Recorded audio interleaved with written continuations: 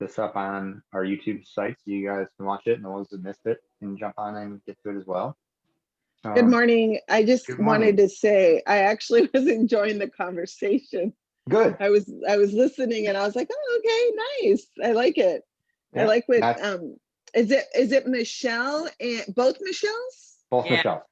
Okay, okay. Yeah. Okay. Hi girls. Hi. Hi. Oh, my hand looks got- so big. I have a big hand. Well, it looks And good- gigantic when it's coming from outer space. Yeah, it is. Ooh, there it is.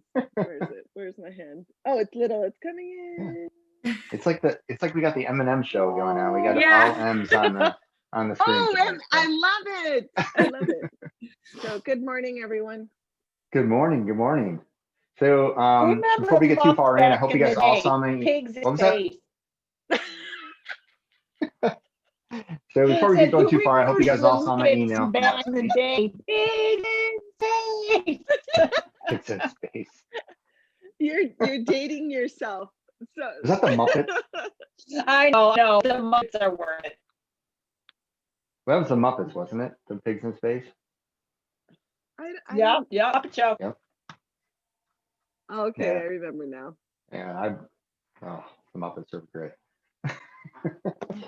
So before we get going too far, I wanted to make sure you guys all saw the email I sent out last night. And I want to make sure you guys get and spend some time in the site. The site is up now. The member site is, which I'll show it to you right now, what it looks like.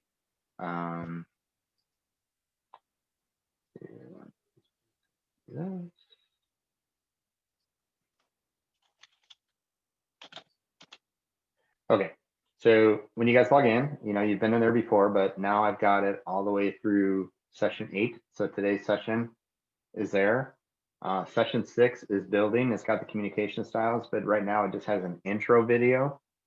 And over the next couple of days, I'm gonna have a video for each communication style that we already went through. So there'll be a video on drivers, a video on analyticals, a video on expresses, and a video on amiables. Will be there as well. So we'll have 6 there. The homework is all put in, membership area. We just got to get that picture up, and then you guys will be set up to this. So you guys probably got emails over last weekend because they generated through the system about the launch, and this is what everyone's gonna get for $19.99. You guys already have it; it's already set in. And then January 1st, I'm gonna roll this group into a membership group. So it'll be $29.99, and it'll be 2 calls a month like this. So everyone that goes into it has to go through this course, which you guys have already been through. And then we'll just keep this going on. So our Wednesday and Friday calls will be more about putting the whole thing together. So like this morning, Michelle, you jumped on, you were talking about brand. We may spend the whole time talking about brand and where we're going, and we're getting into action items with those. And then Friday, maybe following up with where we're at. And just basically just you guys bringing whatever is on the table, what you guys need to grow. And we're going to be a group coaching session on Wednesday and Fridays on those. Love that. And it'll be, Love it. we'll set it up, and it's all going to be through a site similar to this. It'll be a membership site. The videos, everything will be there. The group will be commenting. So it's all starting to come together, and it's coming together because what you guys have done and poured into this group. And I know there's a lot of people that are part of this. We've got 21 people that joined that are part of this beta group, but it's hard for everyone to get into this session because some are 3 hours behind, some are here. So now they'll be able to go through and learn all this stuff. But then they'll be able to jump on our calls, and we'll probably pivot the calls to a little bit different time to make it easier for everybody when we go through. But we'll get closer to that as we talk more as we head down. But so that's kind of my little over pitch of what's going on and kind of bringing you up to speed. So spend some time, get in there, watch those videos. I chunked them down so that they're easier to digest. They're not a 45-minute video. Some of them are 3, some are 7 minutes, some of them are, but the whole content of the course, the whole outline structure is there. So there's more in the outline than what is actually on the video. So you've got kind of what works in both for everyone. So into there. So today we're going to talk about pre-qualifying for motivation. So there is a video up to watch that. I don't know if anyone's had a chance to watch it because it just went up this morning. So I doubt anyone did. But spend some time after this call and going into it. And I'm just going to go through and kind of hit some key things and then talk about our homework and self-work that we're going to do and where we're going to be. But before we jump into that, how's everyone from last week's session? Any questions, anything that we can, through clarity and stuff on, help you with that last week's session?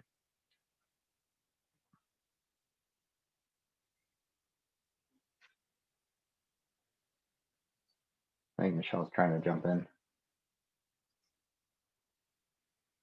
No, I don't have any questions. I was just saying no. I didn't realize it wasn't on mute. Yep, that's fine. Okay. So yeah, last week we talked about lead conversion techniques. So if there's anything that pops up or anything you guys have, this is the time to use it. So for pre-qualifying, just remember there's 3 rules for that. Number 1 is you want to pre-qualify 100% of the time. No exceptions. You want to pre-qualify everyone you go on. Now, some people you may pre-qualify at a lower scale of this list that we're going to go through because they're past clients or referral from someone, so you may pre-qualify them a little bit differently, but still go through and ask them a series of pre-qualifying questions. No exceptions on it. Make sure you do it. Ask 100% of the pre-qualifying questions to people that you have not met. So if you haven't done business with them in the past, ask all the questions. If you have done business with the past, ask the questions that are very pertinent because you already have a bond and a relationship with them. You don't have to ask them all. Sometimes you can, sometimes you don't. The third rule is do not try to overcome objections on the phone. Just go on to the next question. These pre-qualifying questions are designed to give you the ammunition and to be able to make your presentation stronger because you already know what you're walking into. Okay? So don't try to overcome them on the phone. It's very tempting. They're going to say something and you're going to go in and you think you've got to overcome that and do it. Just keep moving. Don't do that. It's okay to lose a prospect or an appointment because of pre-qualifying. It's okay. It's better to lose them and not go on the appointment because they didn't qualify for you to go there and you couldn't help them than it is to go out to the home, spend time with them, waste their time, waste your time, or take an overpriced listing that you know that won't sell. So there's a reason to do these things. But the one thing I do want you to know is if you don't have an appointment and you know that it's a long shot that you're going to get this listing or it might not be good, you got to go out there and really beat them up, go on it. Because the appointment and the practice is more important than not going on to it. What you don't want to do is you don't want to fill your schedule with a lot of unqualified people that are taking up room to put qualified people in. So, if you don't have an appointment, go on those because something good will come out of it. You might not get the listing, but you're going to get better strength. You're better at your questions, better at your dialogue, and better at your practice. Like I said, pre-qualifying will draw out the objections in advance.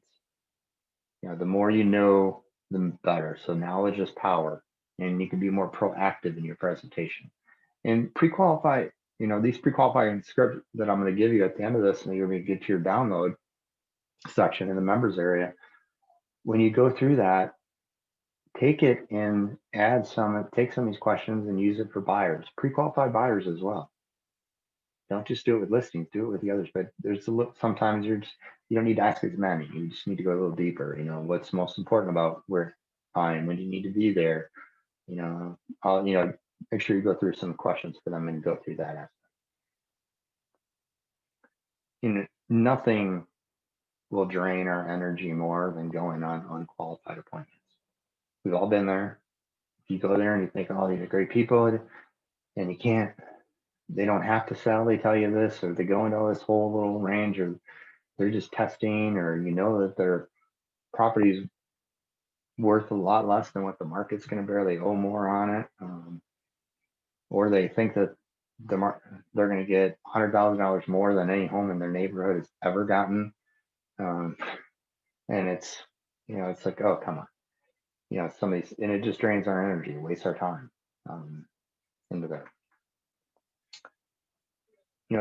When you ask these questions, these series of, 8 to 10 questions that we're going to ask, if the answers are unclear, don't be afraid to ask additional questions.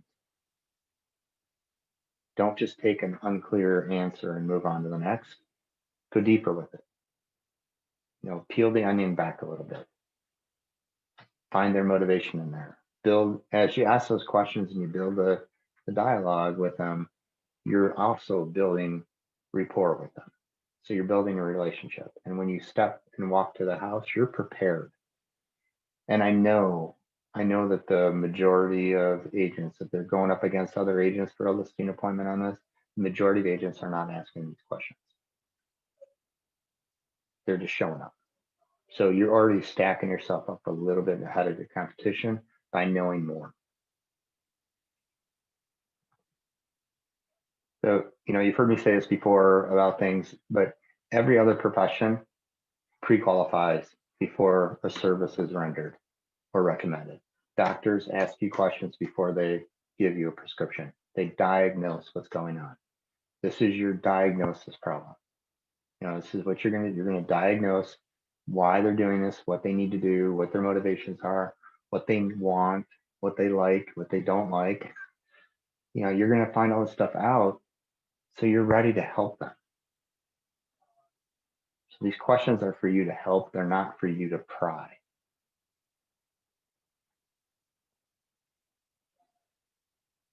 So, we'll just jump into some of the things. When agents pre-qualify, they spend more time in the activities that lead to income. That's what I want awareness around now that and there's a reason we stack all these the way we're doing it is there's a lot more awareness right now than there was in week 1. You guys have a lot, you're looking at a lot of things. You're looking at yourself as a brand. You're looking at yourself as content. You're understanding the people you're communicating with. You understand that this is a business and it's a numbers game. And are my activities matching where I want to go? That at the beginning, I want you guys thinking big, looking at getting your phases, income, getting your dream board and your vision board up. Now we have that. Now we're looking at do our actions match those dream boards? And what do we need to do into those things? So pre-qualifying keeps you in the activities that lead to income. When agents pre-qualify the prospects, they find them motivated to work with, and that's what you're looking for. Everyone has some sort of motivation. You just need to find it. And then when you find it, you've got to keep pressing on that pain point. What we do too often is we try to mirror our motivation to theirs. We're motivated because we need a deal, we need this, the market's great, we need a listing. They're not looking at it that way. They don't. Now, if you go into them and you get their motivation, you get them along and you keep pushing on what they want and help them get that, that's what they need you for.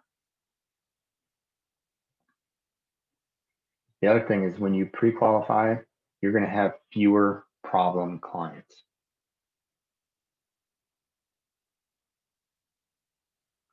We're still dealing with the public, so you can't fix crazy. You know that, but you will have fewer problems. You will know the things in advance. So let's go through some of the pre-qualifying questions right now because you guys don't have them in front of you, and they'll be right after this call. I'll put them up on the member side for you to download. There's 10 of them. So first one is, if what I say makes sense and you are 100% comfortable and confident that I can sell your home, are you planning on listing with me tonight? And you can tweak that a little bit to get it into your dialogue or into words you say, but make sure you're hitting those points. If what I make sense and you feel comfortable and confident that I can sell your home, are you planning on listing with me tonight? That's the main thing you want to get across. You can add a little bit of things here and there to fluff it and make it sound more like you, but get that across. And then the key to this point, guys, is ask the question and then shut up. Let them answer. Silence is your friend in this because it gets them to think. The next one that speaks loses. If you get nervous because there's nothing there and you speak next, they're not going to answer that question. You're going to take them on a bunny trail. Question number 2 you're going to ask them is, are you planning on interviewing more than one agent for the job of selling your home? And again, you be quiet. Now, why do you think you're asking that?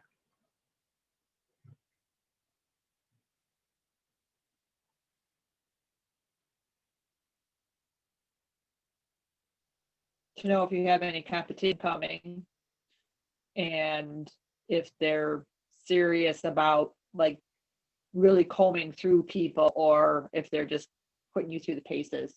Mm-hmm. Yep. I mean, that's definitely one. The other thing is, I know when you probably heard that, a lot of people that bring it up to me is they're nervous about asking that question because they don't want to plant the seed that they should talk to someone else.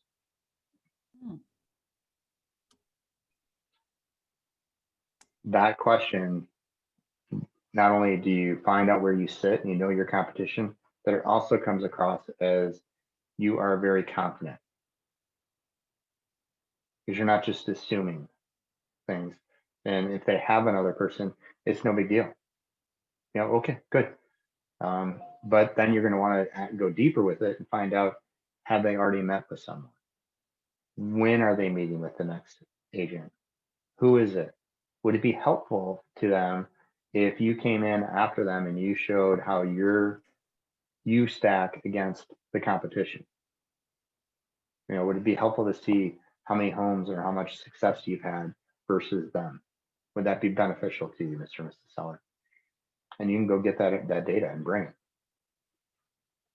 And you can remember, numbers can be tweaked any way you want them to show stats. So if you're new or you don't have a lot of experience, but your office is a very successful office, show your office against that individual or show your office against that individual's office. There's ways to stack it into your favor, but again, you're giving them data. And what I just asked right there, an analytical will be all over that.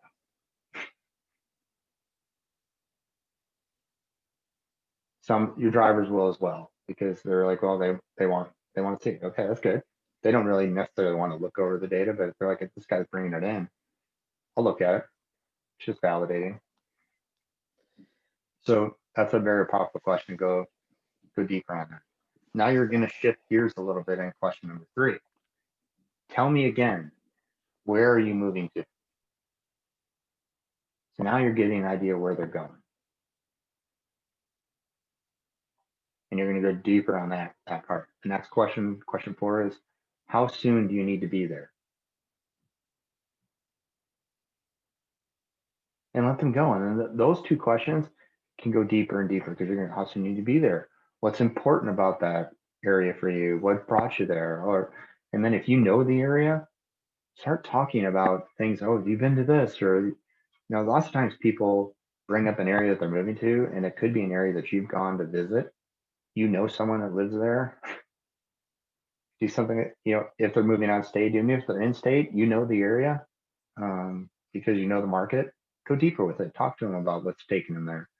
Build that little bit of rapport with them.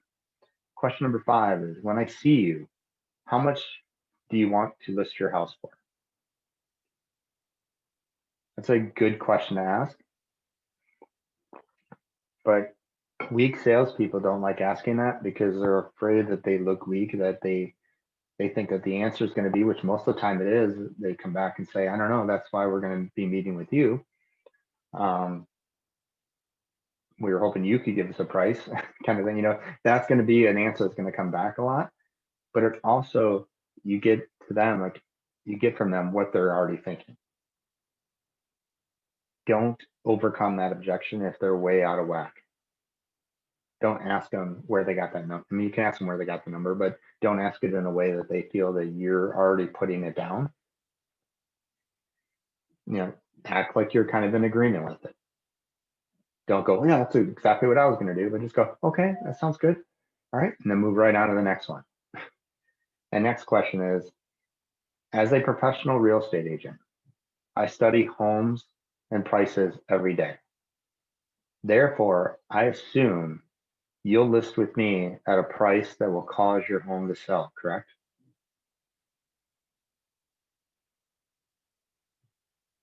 So go through that one again. As a professional real estate agent, I study homes and values, or homes and prices every day. Therefore, I assume you'll list with me at a price that'll cause your home to sell, correct? You didn't shoot their price down. You didn't talk about it. You're just trying to get them to understand that what you're going to talk about is what's going to get their home sold. You're kind of planting that in. Plus, you're using, dialogue that's going in that you're helping to program into their minds what you're going to do. You're saying, when you list with me, I assume you'll price your home to sell. It's staying in their head that they're going to list with you. So it's the language of sales that you're using.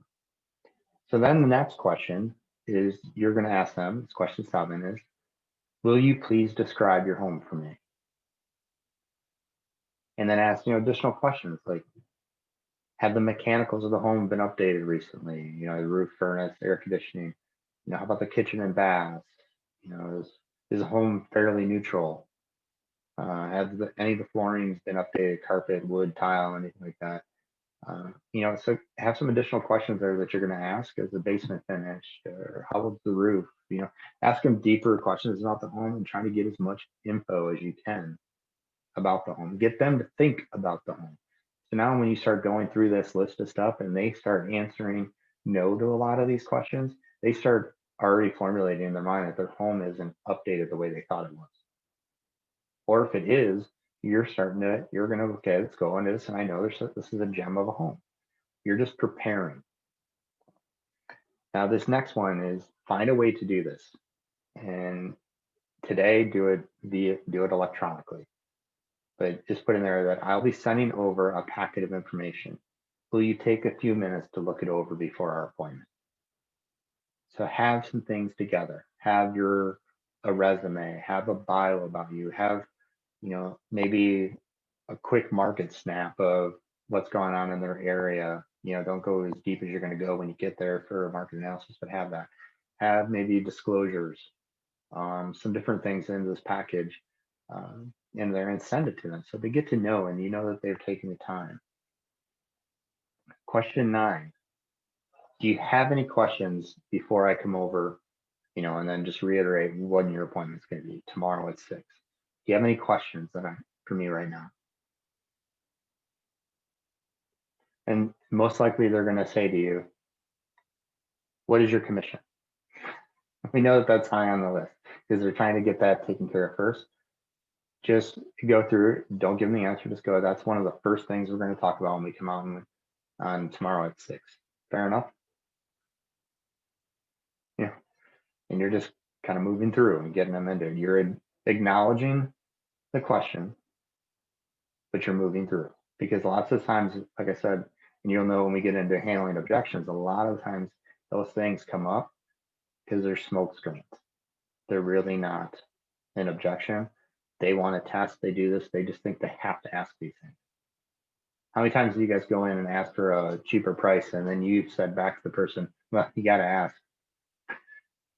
Doesn't hurt to ask. You're already knowing that it's probably not going to get it, but you ask it at times.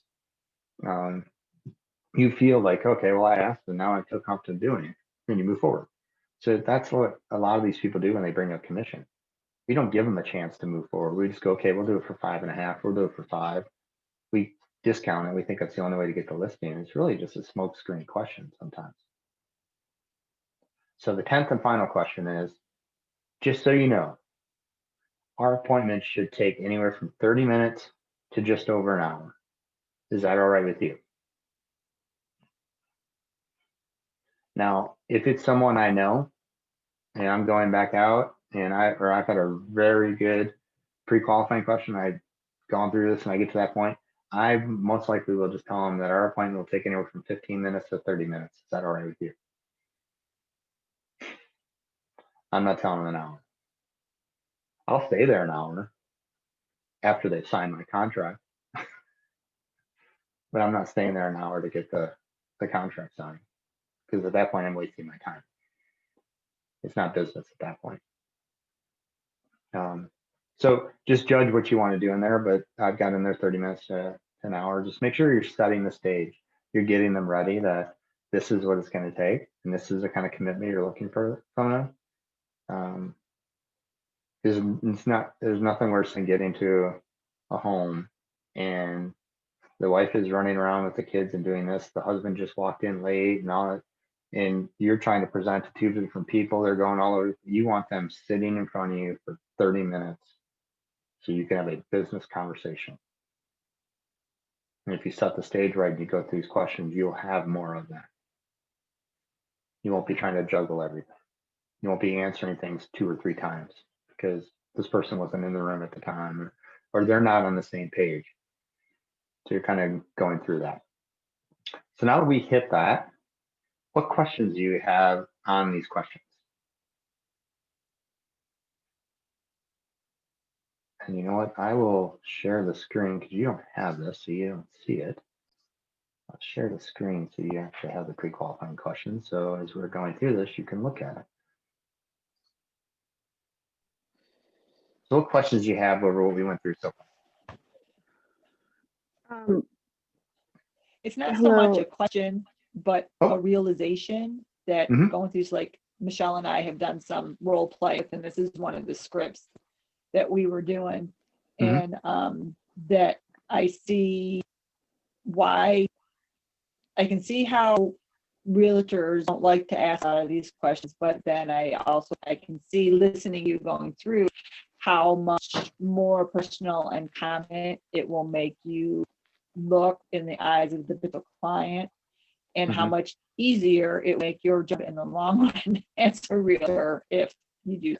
I just, like I said, not a question, just a realization. Oh yeah, no, you're right on with that. The confidence that it gives and what it portrays. But it is you're gonna be nervous at times. It's gonna be new to you. You haven't had these type of conversations, so it's tough. But if you really sit and you digest this from the eyes and the perspective of a seller coming in, they want you to know this stuff. They're expecting this at some point in that presentation to come out. If you walk away from the home and you don't have the answers to all those questions, they're probably not 100% confident you're going to list and sell their home.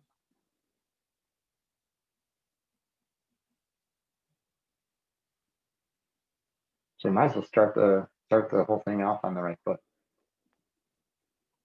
And if I've had it before. If they're jerks and they're just unwilling to answer these questions, I'm not going out. Why do I want to go and get beat up and go deal with a jerk? Sometimes people can be a jerk to you on this because you've asked these questions from a condescending way. You just got to make sure you're using the right tone and you're using the right direction of where you want to go, so that you're connecting with them through these questions versus coming down on them. But okay, that leads to a question. What if they don't, they give you, what, I don't want this over the phone. Why can't we just take this out and come out? Okay. And that's a good thing. And we didn't go into that, but I think what I would do is, I would just say, as I set the appointment up, I would probably just lead into this and say, Michelle, I just have a few questions to better prepare myself for our appointment tomorrow at 6 o'clock. Do you have a few moments? And I'm waiting for you to say, yes, you do. Okay. And just say, I only have about 10 questions here that I need to ask you. Won't take a long time, but it's just going to help me better know your home, where you're at, and how I can help you best when I come out tomorrow. Okay. Now I've set the stage, and if you're Okay, unwilling yeah, to answer okay, I that, don't know how you present, got it. yeah. So I would come in with some kind of beginning pre-qual, that you're going to do this to them. I wouldn't just hit it out of left field. And that's a good point that I didn't bring up to you, is just make sure you kind of set the stage and where you're going to go with it from there. Now, give me an example of what you'd be worried about them unwilling to answer.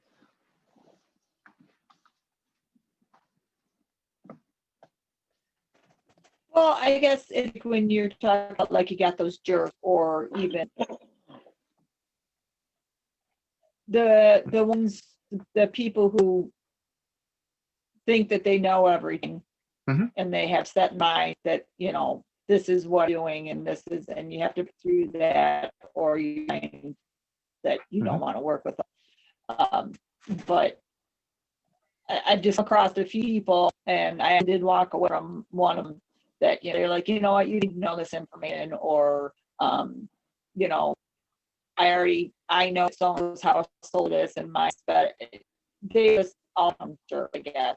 But I can see that there's potential that people would be like, I want to do this on the phone. No, I would rather sit down and talk to you in person at the table or whatever. So it's just something that I would come up. Yeah. And a lot of it is just as you practice this and you get ready for it, and know that you're going to get better as it goes. So it's okay to stumble the first couple times. We're human. We're going to get through there. But your confidence breeds confidence in that. So as you are confident in the way you present it to them and the way you ask the question, they're going to be confident as well in answering. Some are going to push off, and your first couple questions you ask they may push a little bit. They may be tough to answer until you get to question 3, where tell me again where you're moving to. Those first 2 questions, they may be pushing a little bit, but just be patient with them. Push them a little bit as they push you. Push them through it or help them through it. And the most likely the first question you ask them, if what I say makes sense to you and you feel confident that I can sell your home, do you plan on listening with me tonight? That's just going to be usually an answer of, most of the time it's going to be, I don't know, or we'll see when you're out, or that. But you are going to get some that are going to go, no, we're meeting with like a few more agents. So you don't have to go into the next question at that point. Now you're going deeper into that answer of that, or you find out, no, because we're thinking of selling the home in the spring. Okay. So now and we're going to get that when we talk about the listing process, now that they're talking in the spring. Now you're going to go and ask them deeper about where they're moving to, why do they need to be there, what's important about the spring. And when you come out to the home to do the appointment, you got to show them a timing analysis. And we're going to go through that in our listing presentation, because this is very big. A lot of agents don't do that, because we don't show them that, it's going to take us X amount of time to get the home ready to show. We get showings that come in, we get an offer written. It's going to be 45 days to close. You're asking for 30 days occupancy. We're already looking at the middle of February, maybe beginning of March, if you put the home on the market for right now. So they're closer to that spring than they think they are. And then they've got to find a home and so you can take them through a timing analysis and map it out for them, but don't do that on the phone. Do that face to face though, because you want them to be visual. You want to buy them into the emotion of where they want to go. But that stuff helps out. And now you've got the ammunition to go to them because you asked that question. And what I want you to think is, when you get off those calls, start going back through your appointments over the last year mentally, and just think of how much stronger you would have been if you had asked these 10 questions, and where you could have pivoted and done a better presentation. Because now, like I said, my old coach and mentor, Floyd Wickman, was, this is a dance. He always used that analogy with me. You got to dance with them. Sometimes you lead them, sometimes you're going this, but you're always going forward, but you just know that you got to dance sometimes. And this question allows you to dance, allows you to pivot when you need to pivot instead of always going this way. that help? What other questions? Maria, what do you have from this? What ahas or questions you have? I think you're on point with everything that you say all of the time. Um, I'm not. no, dude, believe me when I tell you this. I started real estate in 04, and I did a lot of real estate for about 12 years, like solid 12 years. And then I moved to an area where I was like, okay, I'm going to take a 1-year break of real estate. And it's been 4 years from that. But I managed to close like 1 or 2 deals per year still. Mhm. And I want to get like really into it. I want to get back into it. But like the referrals that I get are from past clients or leads that past clients have sent me. And so that's who I'm dealing with now. You know, Awesome. I'm working with a police officer that came from another police officer referral.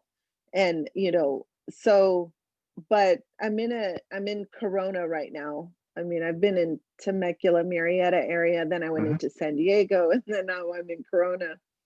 And I had to get a job or a couple jobs just to, you know, but so I think what I used to do, I mean, right now I'm doing some marketing, I'm passing out my cards, I'm talking to people. I do work at a restaurant at night. And so what I'm doing is I'm telling those people, oh, I do real estate, and I'm Mhm. giving my cards out to people at the restaurant, which I probably shouldn't be, but I'm doing it. Or, if they're talking about real estate, sometimes you kind of overhear a conversation or a phone call and then you just chime in a little bit. But Mhm. anyway, so what I used to do, and I don't know if I was just maybe too bold or too overly confident, but I would tell them over the phone, hey, are you ready to list with me tonight? And if they would say no, I'll be talking to other agents, I would say, okay, well, go ahead and talk to other agents, and good luck. I hope that you find the right real estate but agent for you. I'm going to be doing a lot of work and then bringing a lot of information that's going to help you, if I list, but I don't want to do double work, meaning do all this work and then you pick someone else. So I would literally just come out and say, would you be willing to, or are you ready to sign with me tonight? And if they said no, I'm talking to other people, I would say good luck. I'm not going there. It was too emotionally draining, like you were saying, and it's too exhausting. And then the people that were jerks, I would be like, okay, well, and I would qualify them if they were the right fit for me. And so what I would do is I would just be like, okay, well, I don't think it's going to be a good fit because they're just attached. They don't seem to be willing to, allow me to help them. And so, sometimes you have to give yourself enough value to say, no, that's not going to be a right fit, because the people that I would bend over backwards for, the people that I would just be like, you know, just do leap, to the moon for them. Those were the ones that just would take advantage or didn't care. But once you make an initial connection with people, as far as like, they're willing to sign with me, they're willing to take a chance on me, I'm going to be willing to take a chance on them as well and give them excellent service, like Mhm. really go above and beyond for them because they're taking that chance on me. Yeah. And you go through life and you go through experiences as far as like what is helping me.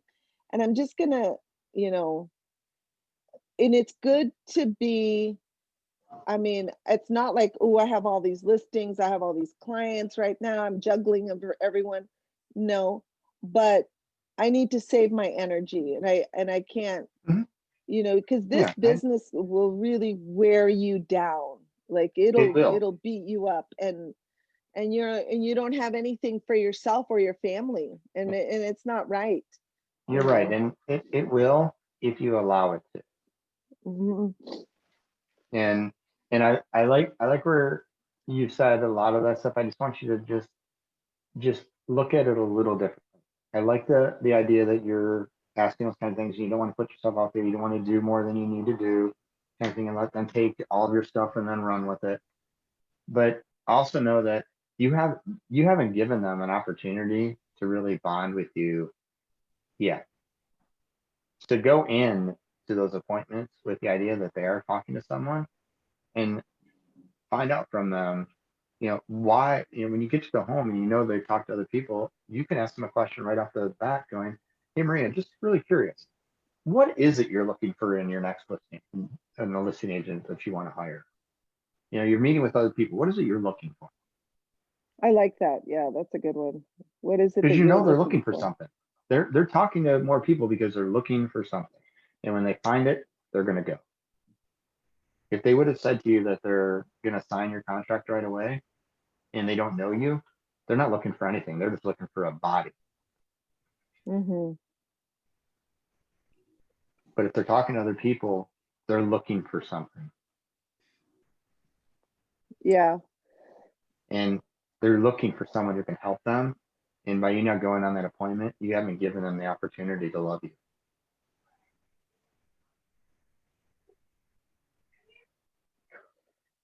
Mike, I have a quick question. Mhm. And I think you may have addressed this in a prior session, but I don't think that I was on. Michelle and I talked about it. But when you're going through the questions for them to have them describe the home for you, and asking about the mechanics, if anything's been updated, is there carpet, is there newly wood, whatever. When you're going through to prepare for the CMA, is there something that you use that would add additional value on a price, to up? When you're looking at comps, obviously you're going to be looking at specific things. Either that's, the square footage, the style of the house, how many bedrooms, bathroom, whatever, basement, attached garage. But is there anything additional that would maybe increase the value of the home based on what updates that they did? Does that make sense? It does. And that's a great question. And I'll tell you my perspective on it. Doesn't mean I'm right. Doesn't mean that's the only way to do it. But my perspective on that is the market sets the price, not me or the MLS. The market does. Yeah. So what I'm trying to find, and I use this dialogue throughout the times, is every home has a hidden gem. Okay. My job is getting to know them, getting to know their motivation. And my job is to find that hidden gem and then showcase it. Okay. And when I can showcase that hidden gem, then I can create especially in today's market, you can create a bidding war. But if I just treat your home with, here's the front photo, here's everything like everyone else does, cookie cutter, and I don't show that hidden gem in it that people can't see from the curb, then I'm just doing what everyone else does. And now I'm looking at trying to navigate the price. But if I can showcase that hidden gem, so I'm asking questions to find what it is about their home, or that's unique, that's different, where they spend a lot of time, why do they do these kind of things, especially when I'm looking at the home itself and going, okay, this is the piece that I'm gonna showcase. I've been to a lot of homes, I know you probably have too as well, all of you, where you walk out onto their back of their house, off their patio or their deck or something, and you see this beautiful backyard and fountain and stuff, and you had no idea that this kind of area existed in their home until you walked out there. Can I add from the curb, it looked like a regular home in the neighborhood. So I'm going to lead with that backyard more than I'm going to lead with the front of the home. Okay. Excuse me, ahead, can Maria. I add something to that? So what I personally like to do is I actually like to go with the appraiser that's going to be appraising a listing or a sale that I'm working on, because they will give me another perspective of what the value of a house. And so when you learn to look at things from a lender's standpoint, an appraiser's standpoint, an inspector, you know, you follow them and you add value to your clients Mhm. by doing that. For example, you know, if I go through a house and now I'm looking for everything the appraiser, you know, something as simple as baseboards or fresh paint or fresh, you know, window coverings or, you know, a counter on a kitchen that's a little bit has more Mhm. value, even a stove or, you know, just like the flooring, the type of flooring, if they're newer windows, if there's sidewalks or, you know, out in front, if there's, you know, you start looking at so many different things that'll Mhm. add value to a house that, you know, you don't, you go into a house and you're like, okay, yeah, it's a house, but there's so much intricacies into a house that Mhm. the value is there. You just have to find it and you have to bring it, you know, and Yeah, then and on, yeah. you're right. You're right. And the one thing I just want you guys to know, and again, this is my perspective on it, and there's nothing wrong with what you guys are saying. I just want you to look at it a little differently. Is understand that if they want an appraisal, there's a way for them to get an appraisal. They want you to sell their home, and you have to sell their home in the market of today, in the market of the moment. Like an example is like I've listened. I know you guys heard me say this before, but I'm going to say it again. Is I had a listing that just went pending a couple weeks ago. I was on the market for about 6 months prior to get in with me. They had it on the market at 425. They ended up selling it at 415, and the deal fell apart a week before closing. And this guy was just fed up with his person, and he talked to someone, and he heard that I moved property, so he wanted to list with me. I put the home on the market for 445 and got all kinds of calls from people going, "What did they do to the home different from when it was on the market before? Why is the increase in the price?" And I'm like, honestly, and you know it as much as I was telling them, I'm like, if their home wasn't on the market for 425 and I started brand new, I'd have the home on the market for 515 because the market is better now than what it was then. And we stuck to our guns. I got a full price cash offer for 445 because I showed the home differently. I put it in today's market. There wasn't anything in that home that made it worth that. The market made it worth that. I love that. Thank you for sharing. Okay. That's, So I like that. don't get sucked. I just want Don't to get interject sucked and ask into us that. coming up with a So, price. Our job is to interpret the market of the moment and help them position the home within the market of the moment to get the most out of it. Interesting. I never looked at it like that. We're not appraisers. And even an appraiser can give you a yeah, price and on I a get home. what you're saying about what the market is doing at the moment, but like a specific question, like Michelle and I were talking, like when you're talking to a potential client or homeowner, you know, it's like a base of somebody said, you know, how much more value am I going to get with new alliances? How much more am I going to be able to get or try to purchase if I replace the old furnace or if I put new windows or if we have the first. So when they're asking these questions, are you in the home or are they asking you this before you get out to the home?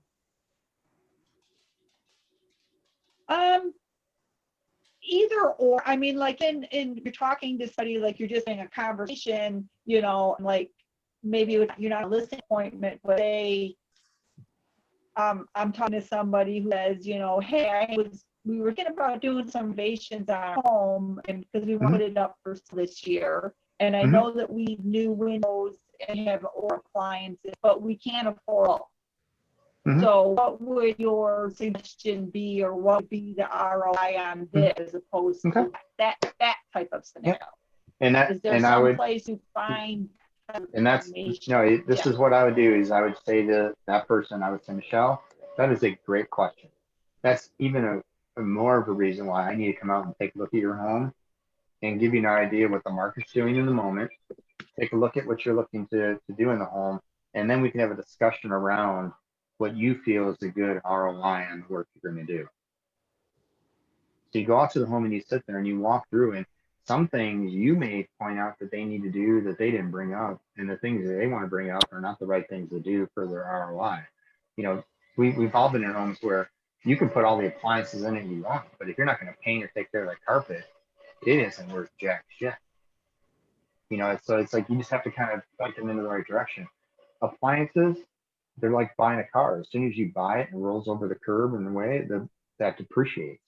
An appliance is not worth what you paid for it unless it's, you know, a Wolf stove or, you know, Sub-Zero fridge or something like that. If you're just going out and buying appliances, there's not that much money to it. So you just have to kind of, you got to juggle it. It's whatever they're looking to do.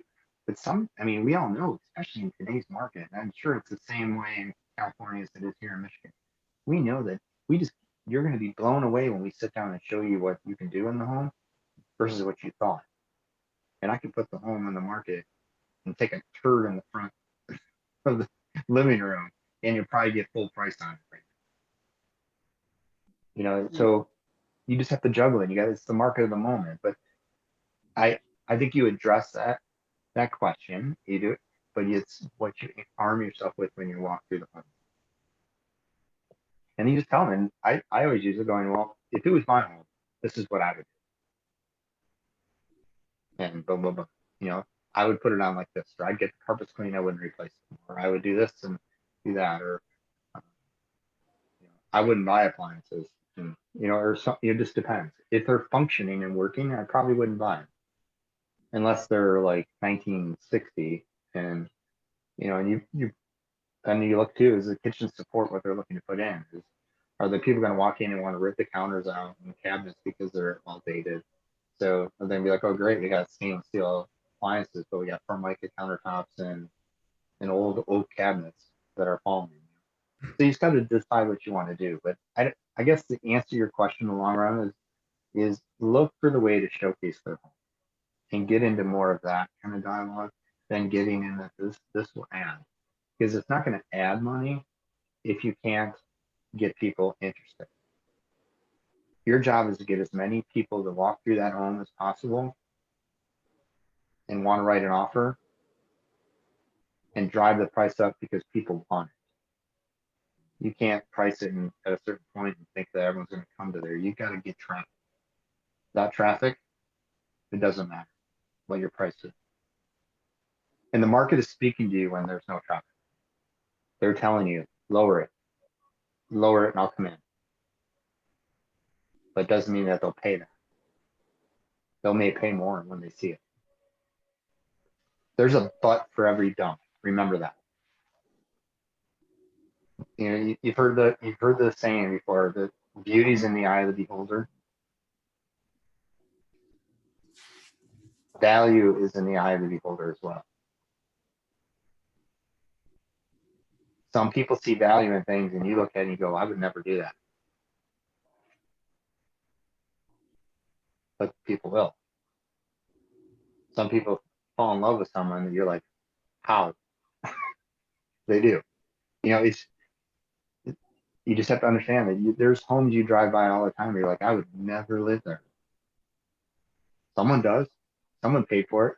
Someone likes it. So just showcase what's good about the home you're in. Get away from getting into value like we're appraising a gold necklace or something, you know, because once what someone thinks it's worth, another person won't. So have you had a client then that, I mean, I'm just trying to, I'm thinking back of, you know, I've had that client that said, well, no, Michelle, I put a new roof on, that's got to, you know, I want to get what I put into it out, or, you know, I put in quartz countertops, or I put, you know what I mean? Or I updated a brand new, you know, hot water heater and furnace. You know, that should be updating the price, blah, blah, blah. At that point, do I say to him, based off what we've just talked about, you know, I'm looking to showcase finding that hidden gem in your house. What I would suggest is maybe prior to us listing, getting an appraisal. I mean, how do you deal with that? I think you just got to bring them down to earth. And these are great questions, guys. And I'm glad you're bringing them up. Because this is good. And I know the people that aren't on this call will get a lot out of it when they go back and watch this. But you just have to kind of go back and sometimes you just have to, you got to remember at that point where you're getting them, you've built a rapport with them, you built a relationship. So now they're looking at you as a professional.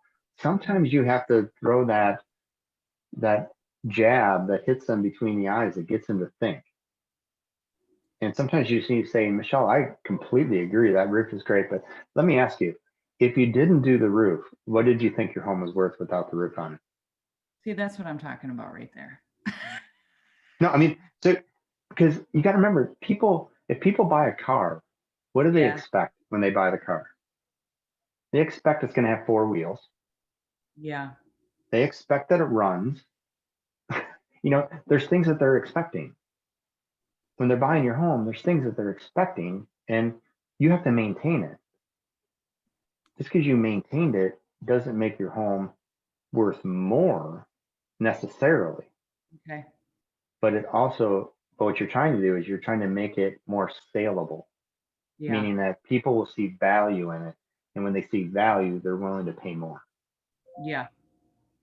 There's one thing that I use a lot is in this, and when you go through, the actives and the pendings and all that you're going through with them, I want them to know that we want to get to the sold and the pending number. We don't want to be the expireds. Yeah. We don't want to go down to the, so we're not going to spend any time looking at expires because we don't want to go there, right, Mr. and Mrs. Seller? No, we don't. Okay, let's look at our actives. I can't control how many people are looking in this market, but together we can control how many people that are looking in this market will look at your home. Okay. Because So our job tonight is to position your property, showcase the hidden gem, and position it so that the people that are currently looking in your market will look at your home and they'll see the value and we can drive the price up.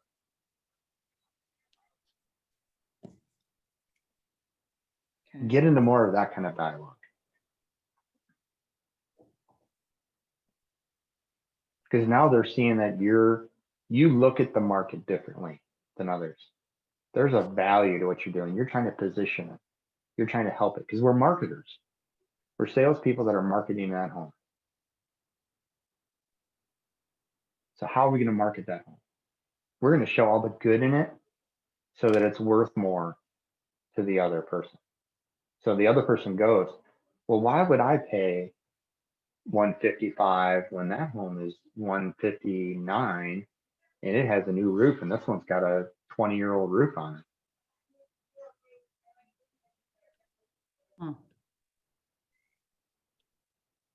And then you go to those people, now you've got all these things. All it does is it makes the home more saleable. It will bring more money. You'll get a return on it because without that roof, it's probably worth, $10,000, $15,000 less, even though it probably wasn't a $10,000 or $15,000 roof. That makes sense. Okay. I need to get away from the number piece of it and show the value. Yeah, because you don't cause the number. Yeah. You don't have that superpower. You're not that special. Sometimes clients think that we do. They do because we talk back to them like we do. Yes. Yes. They don't, they know that their stock broker that they deal with for investments doesn't set the price on the stock that they buy. Yeah. They just know that guy is watching the market and positioning when to buy and when to sell. What makes them any different than us?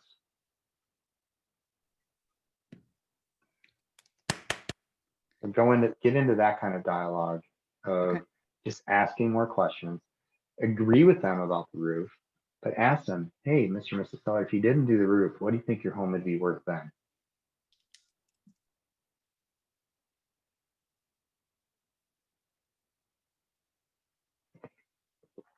And hold tight.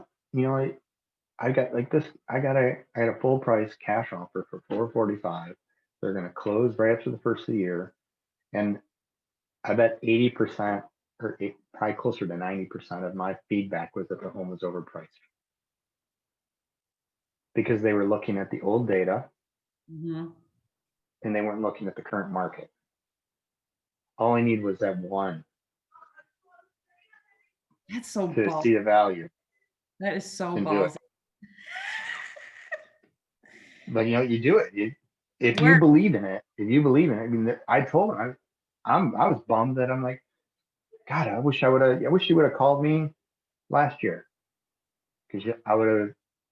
This guy didn't know the market. He didn't know what he was doing, and he hurt you. But you know what? That makes sense because the condo that I just listed, comparable in there was like 92. And I'm Mhm. like, hell no, I know that we can get more of this. Yeah. And I did get a full price offer, $20,000 more than what the market Mhm. previously said. And Yeah. now that I'm thinking about that, I focused on the value and it attracted, I ended up with multiple offers and I attracted Mhm. somebody that was a perfect fit for that area. I listed this house in September. This guy had a deal that he accepted that was $415. Yeah. We are gonna close the first week of January at $445, $30,000 more than Yeah. he had. He got the deposit on the other one because it fell apart. So really he's getting about close to $40,000 more. At that point, he was so upset, he would have sold the house and got out of it and then found a way to somehow be happy. But through that heartache, he got more money. It's such a win. It doesn't happen all the time, but it's a win. So how did And you, it's not me. I didn't do anything. I didn't make the home better. I mean, I added an aerial shot because the property sits on a little bit of land. The drone shot, I did, I had a nicer photos done, but I didn't add more value. I just made the home showable. I had more showings. I had more of this or that going on. The home itself sold it. that's crazy. So really, I think your hidden gem was, do you think that hidden gem was that aerial footage? Was that? My hidden gem on that home was it had a beautiful covered porch with a hot tub on the back. It was kind of, it's all cemented with pillars. I showcased that. I did aerial shots, drone shots of the properties, and you could see that it was the way it sit and what was around it, and just how private you were in an area that was at 25 and Shaner, or 27 and Shaner, sorry. It just, you're a mile from craziness, but you were private. Like I showed that. To me, that was the hidden gem of the home. The home's the home. But Yeah. people can't see that until they're actually living in it. That's crazy. So you got to give them a way to live in it. Okay, I'm picking up what you're laying down, Secord. Yeah, I mean, but that's it. You just get out of the lane of thinking that we set price. We don't. Yeah. And have a Yeah, conversation that is, with them and we tell gotta them get a that. lot of that too. Yeah, tell them that. Tell them, hey, sometimes I've gone it. I mean, I don't know if you guys were around in like 2007, but talk about heartache going out and selling properties in 2007 to 2008, when you had to basically tell people how big of a check do you want to write to sell your home. I mean, everyone was getting beat up. Yeah. And they were all deciding, do I just let it go? Do I keep it? I mean, it was depressing going on listing appointments. And doing that. we talked about this 2 times from the same agent this summer. I wrote an offer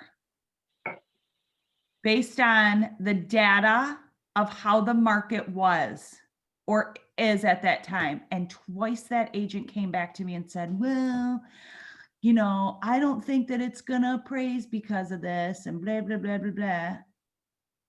And I didn't win the offer. After I even had to treat him as a driver or an analytical and provide the data that I found versus the value.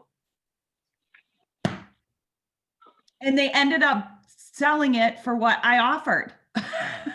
Like, damn it. So not only do we battle ourselves, but I think sometimes we're battling other agents. Sometimes. I mean, and actually, we're probably battling other agents more than we think we are at times. But, you know, just stick to your horses, be tough, and just make sure they're going, you know what, Mr. and Mrs. Agent here, you know, I understand you don't think it will, but here's the data that will. But the question I have for you is your seller okay with leaving this money on the table? Yeah. Yeah, that's a good idea. Because the last I looked, your fiduciary duty was to sell that home for them to get the most money possible, and I'm giving you a higher offer. This just doesn't make sense to me. Help me see it differently. Yeah. And I then know. you know what I think I would do? I mean, it's cover your earmuff kind of thing. I don't know what your brokers or any of that kind of think about this, but if that happened to me and I felt pretty confident in it, I would throw it to the agent first and just go, hey, you know what? My buyer really wants this home.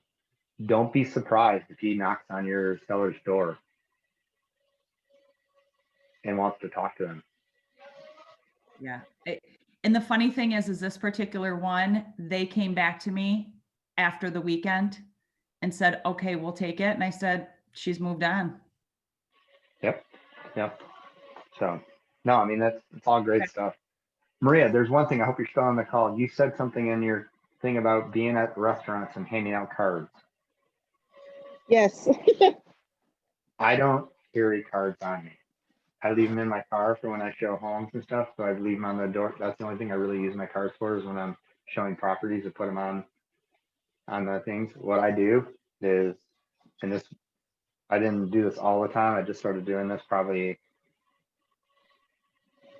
10 years ago when I was big into using these smartphones, is in my contacts, I created a contact for myself. Stop it. And I don't know if you can see this, but it's me. Oh, And I like put that. I put realtor in it. It's got it's got my phone number, a link to download my app, my website. You have an app? Yeah, you know, so, but I have all this stuff in there, and my email address and all that. And then I'll just say that I'm like, I don't have any card on me, but I do have my digital card here. I can text it to you. What's your phone number? Stop it. Get the fuck out. How many people give you their phone number? Nobody with a card.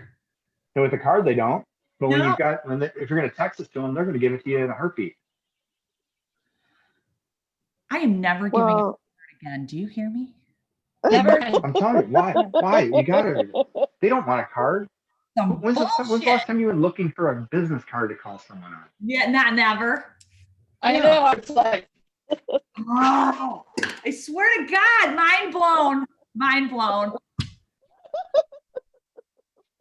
So put it, you know, it's got your photo in it. It's got everything you have on a business card, but it's digital. And then I'm once they doing get that. it, they add it to their contacts. Sweet madness. I love it. I'm gonna do that right now. So But Yeah. don't give out business cards anymore. To me, there's something we have to have. They're still the cheapest form of promotion for what we spend for them, but they're useless. And then when you just hand cards, it's like one of my best friends growing up, and was in my wedding. I still talk to him to this day. He lives in Oklahoma now. His whole thing was wherever we would go to a party or go anywhere, he would the next morning, the next day, he would just talk about how many phone numbers he got. Yeah. And I'd be like, Steve, why are you got all these phone numbers, but you keep going out with us? What the hell? Nothing's working. I'm like, they're giving you the phone number to get you away from them. So my point is, stop giving things. We don't judge how well things are going by passing out a business card. Judge by how many people you can actually contact. Yeah. Oh, Oh, today is great. And that idea sparked me from Gary Keller when I read The Millionaire Real Estate Agent. Yeah. He talks about not giving out business cards. He would talk about, what's your number? I'll call you kind of thing. And I was reading like, wait a minute. Everyone's got these smartphones. We all got this. Let's change it digitally. So like I got that idea from him, but just created a business card digitally. And I'm like, now it's text to you. Now you can airdrop it. You can do whatever you want to do. Boom, it's on someone's phone. And you have their contact. So now you can reach back out to them in a couple of days going, hey, it was a pleasure waiting on you at this whatever restaurant you're at, Maria, and I hope you had a great meal, and really excited about contacting you or getting to help you find your new home. When would be a good time for us to meet? Now you've done it outside. Now you're calling. Oh, I forgot about you. Yeah. Because chances are, they probably had a couple drinks at your restaurant. They were probably going somewhere else and had a couple more drinks, and they forgot about the conversation. Well, I actually made 2 contacts yesterday. One was a guy that came in, and I've seen him come in with another guy. And I said, so what kind of work do you do? And he said, I do pools. He says, I make pools. And I'm like, wow, really? I said, I'm going to get a pool one day. I mean, I own a condo that my brother's living in right now, but I would like to purchase something that, has some land so I can build a pool. And I said, I want to build a pool one day. And, and so he showed me some pictures of some of the pools he's built, and they were amazing. So I got his information and we exchanged information via text. So I saved him as a contact, and then but yeah, I can kind of do that all day. And can you do me a favor, Maria? Sure. Because you're so open. I love how much you share with us and you bring up, and I know this is going to help everyone. Whenever you get into a conversation or you get into a situation like you did with the pool, pause for a second and think that I'm on your shoulder and go, what would Mike do in this situation? Yeah. And then go at it. And just pause just a second. Go, what would Mike do in this situation? Because I'm looking at things from a different perspective. That's why these calls are so good, is you guys are in the moment, and I'm bringing a different way to look at it, a way to go at it, and through bumps and hurdles and things that I've done over the years. But think about that guy with the pool. Think about our reconnect letter that we sent out. What did it say in that reconnect letter that you were going to do? Reach out more.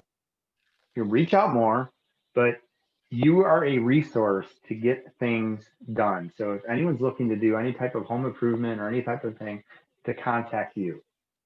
So with the guy with the pool, you tell him, you know what, Maria, that's so awesome you do pools. I have 2 quick questions for you. Number 1, do you have a Facebook page for your pool company? Because these photos are amazing that you're sharing with me. Yes, I do. Boom, like it. Like his page. And then that gives you something to do after this, but you like his page. Second thing is you go, I sell real estate for a living. And I have a huge network, and I've built a referral-based business where people refer people to me, their friends and family and things. And I know that people in my database, someone is going to want a pool, or someone who I sell a home to is probably going to want pool work done. I would love to have you as a preferred vendor that I share with people.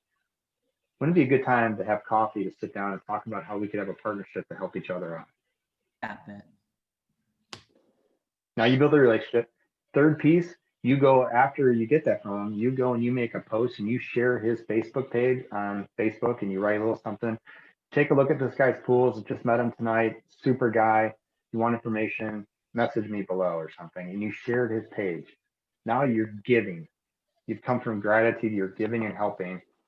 Things are going to come back to you. That is a much better connection to make with a guy that does a pool than giving a business card.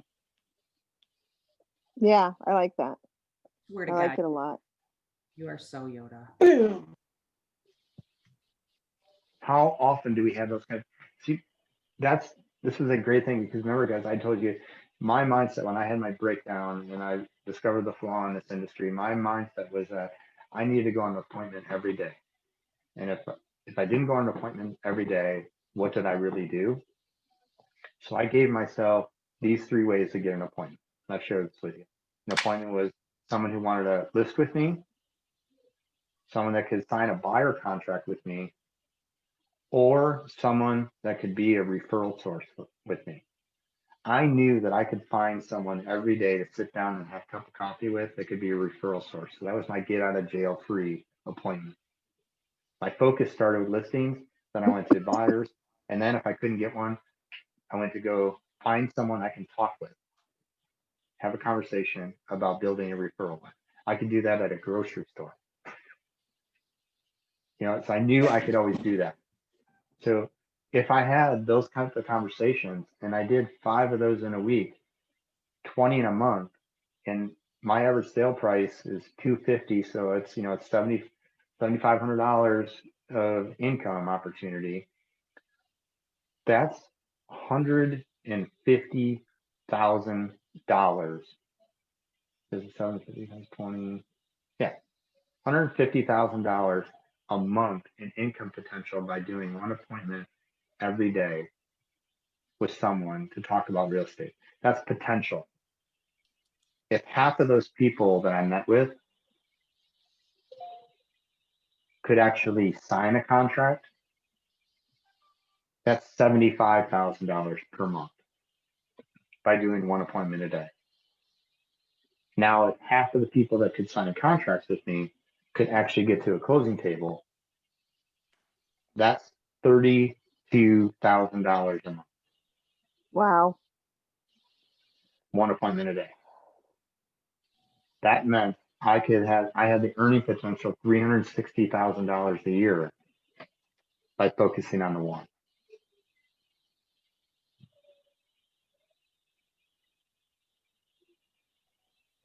See that, guys? It's a numbers game. It's a numbers game.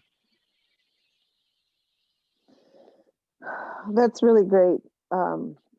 So great change the way you perspective. look at things, and the way you look at things change. Yep. My first year was all about running on the appointment for the kill. And I did, and then things fell apart, and I made no money. I had ridiculous splits with my broker. I had no coaching, none of this, and I was like, what the hell? I'm getting married that year, starting a family, and I made half the amount of money I made in my job, but I left to go do this, and I worked harder, and I did a little over 2 million in 1997, my first full year in the business. I'm 25 years old, and I'm thinking I'm doing great. People in the office are high-fiving me, giving me awards, and I look at my 1099 and find out, number one, that I got to pay taxes. What the fuck do I have to pay taxes? Like, I didn't know what the hell that was. I mean, God, it was always done out of my paycheck. I didn't know I had to pay quarterly taxes. Didn't know that I was getting fined because I didn't do that. No one told me any of that crap. Had that happen. Oh, and by the way, I made $18,000. What the hell? Like, I'm getting married. It was a breakdown. Wow. And I'm like, what is going on here? Thank And you I so know- much, Mike. I'm going to check out, but thank you so Yeah. much for everything. I mean, the information you have is unbelievable. And I've been coached a few times throughout the years. I've talked to just different coaches, but I love your style and I love your realness, and the information that you give really does work, because I've tried, some of these methods that you're talking about, and I just want to thank you, and I appreciate it. and I love the Michelle's input. So have a great day, guys. You too. Have a great one. Bye. So, I mean, guys, just look at things differently and go out there and do it. And just how many opportunities are you sitting around on a daily basis that are like what Maria brought up? Yeah. Appreciate you. Thank you. Yeah, All right, absolutely. guys, have a great one. If you need anything, reach out to me. See you guys on Friday. Bye-bye.